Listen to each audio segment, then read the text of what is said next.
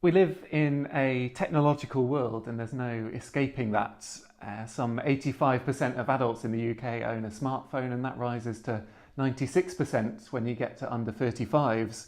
And technology can be a wonderful thing, a brilliant thing. It can enhance our lives in all sorts of ways, and the fact that you're watching this video is testament to that. And technology is improving all the time as well, which is great. Things that you can get now you couldn't have dreamed of a few years ago. But the downside of this is that technology has become disposable. So how as Christians can we approach this issue of technology? How can we make ethical choices, habits, actions and decisions when it comes to the technology which shapes and informs our lives? Well, firstly, we can think about the technology that we buy. Does your phone need upgrading just because you've come to the end of a contract, or can you carry on using it for another 6 months or another year? And if you are upgrading, if you do need to change, you might like to think about a fair phone. This is a phone that I got a couple of years ago. The company have tried to use fair trade principles in sourcing all the minerals and materials that go into making the smartphone, and it's a smartphone that does all the things that any other smartphone does.